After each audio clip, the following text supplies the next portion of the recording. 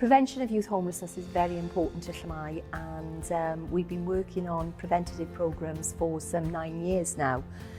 Just to give you an example of one of our programmes, it's called the Emphasis Project, and that's about re-engaging young people who are starting to fall through the education system or are being tutored at home because they can't go into education.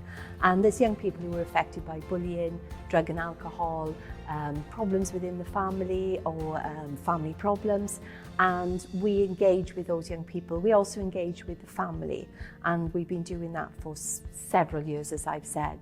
Another project we run is called our family mediation, where things between the young person and the family are starting to break down. And we work where it's safe and appropriate to reconnect that family together. Lots of other services. We're just about to start on Upstream Cymru, which is around screening young people in 3 different local authority areas who are far away from homelessness but are on that trajectory. And that's what's really important as well. So that's just to name 3.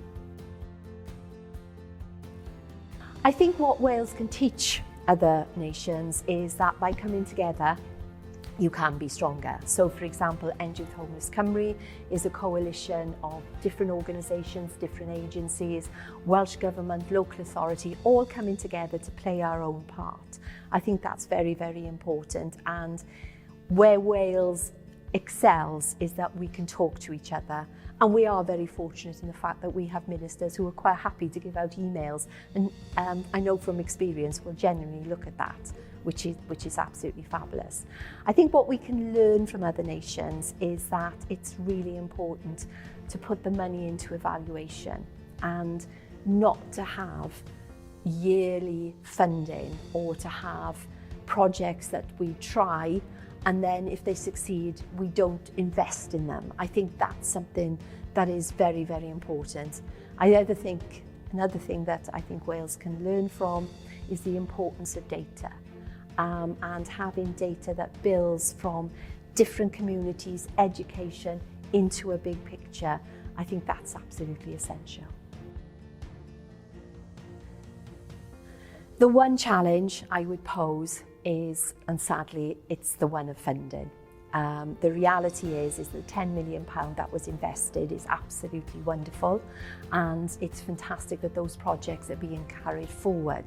But if we're going to get the balanced prevention right, we need another 10 million and another 10 million, probably for at least 5 years, until we can shift and start de-investing in some of the crisis intervention and into the prevention.